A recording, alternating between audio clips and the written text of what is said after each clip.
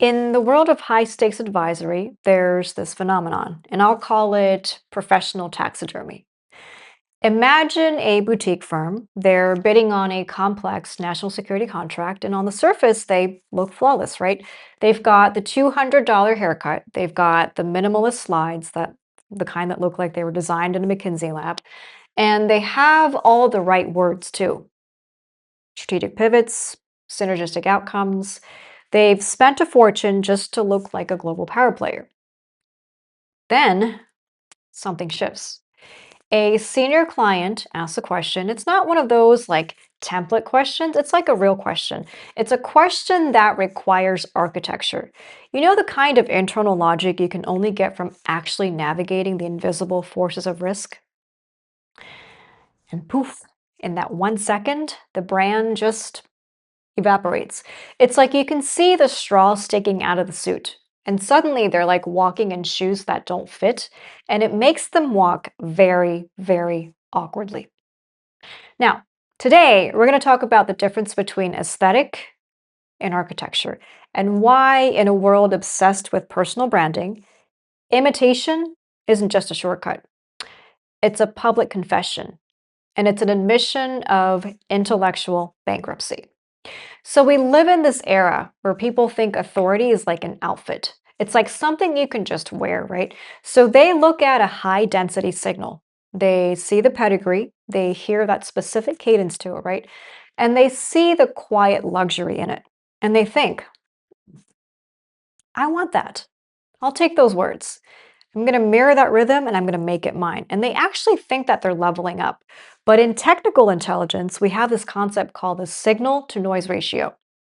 So a high value signal is dense. It carries a massive amount of compressed data in every single pulse, right? So when an imitator tries to intercept that signal, when they try to broadcast it as their own, they only capture the carrier wave, the surface sound. So they end up missing the subtext, they miss the nuance, and they miss the years of failure and the high stakes tradecraft that inform the original's brevity. So think of it as like a photocopy of a photocopy. And by the third iteration, the edges are blurred, the contrast is gone, and what started as like a sharp, high-res strategic insight becomes this like gray, smudgy best practice.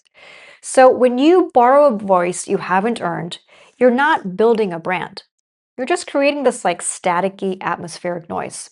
And you're telling the world that your own internal signal is so weak that you have to scavenge from someone else's frequency just to be heard. This is where the taxidermy falls apart. An original thinker has vertical depth.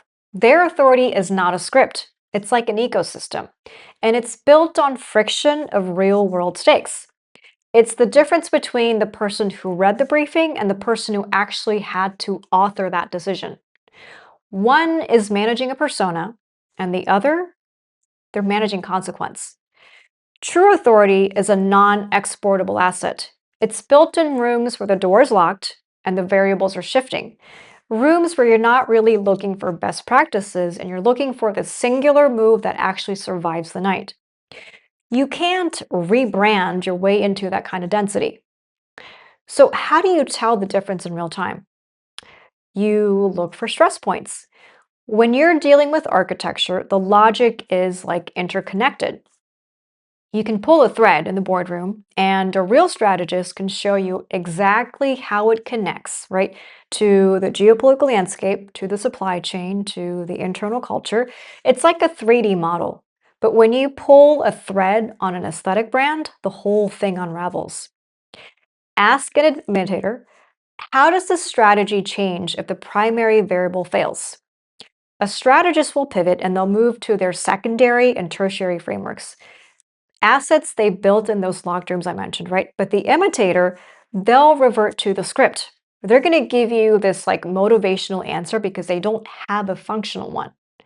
And they're trying to solve a structural problem with a paint job. And they're expecting a total rebrand to hold up a collapsing roof. Now, the imitator has a horizontal brand. They're an inch deep and a mile wide.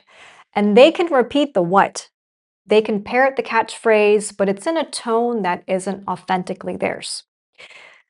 They're basically like a real estate agent who can show you the floor plan, but they have no idea how much stress the foundation can actually take.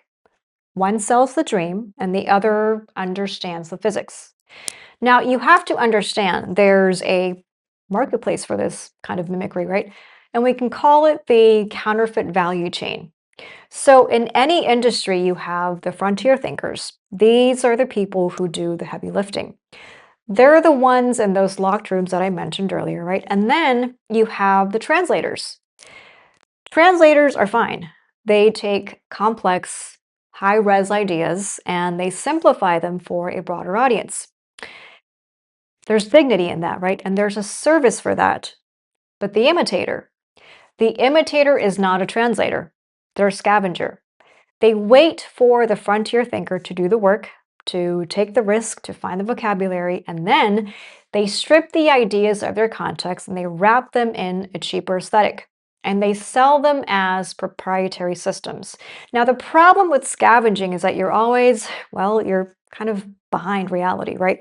You're selling a map of a territory that's already changed. And when you buy into a brand built on mimicry, when you pay for that surface level polish, you're not really buying strategy. You're just buying a souvenir of someone else's success. There's a specific kind of professional tragedy in choosing to be a high quality echo instead of a low quality original. When you dress like a global strategist, but your background is in resume writing, that resolution is kind of mismatch, right? It's jarring and it creates a trust deficit.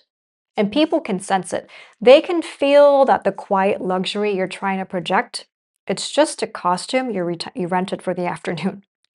Because authority isn't about looking the part, it's about being the person who can actually stand in the silence when the script runs out. There's an invisible cost to this mimicry, and we can call it like the identity debt, right? So every time you copy a cadence, every time you borrow a signature rhythm, you're actually burying your own potential. You're telling your subconscious that you, the real you, is not enough. And over time, the imitator loses the ability to even recognize an original thought of their own. They become a professional ghost. They haunt the industry. They move from one trend to the next, one vibe to the next, right? Hoping that if they stand close enough to the light, people won't notice, right? That they don't actually cast a shadow. And if you have to borrow someone else's rhythm just to sound authoritative, you're publicly admitting that your own silence is terrifying to you. And you're wearing a mask because you're afraid that if people saw the real you, they would realize that there's nothing there to see. So, to the originals watching this, don't worry about the scavengers. That means that there's a healthy ecosystem here, right? They prove that your signal is actually worth following. But remember, they will always be hungry because they never learned how to hunt for their own truth.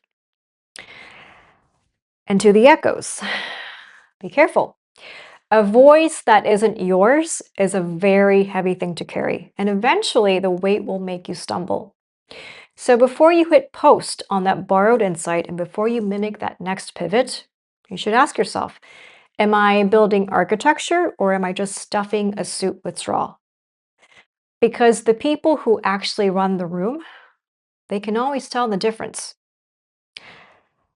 I'll see you in part 2, where we talk about intellectual sovereignty.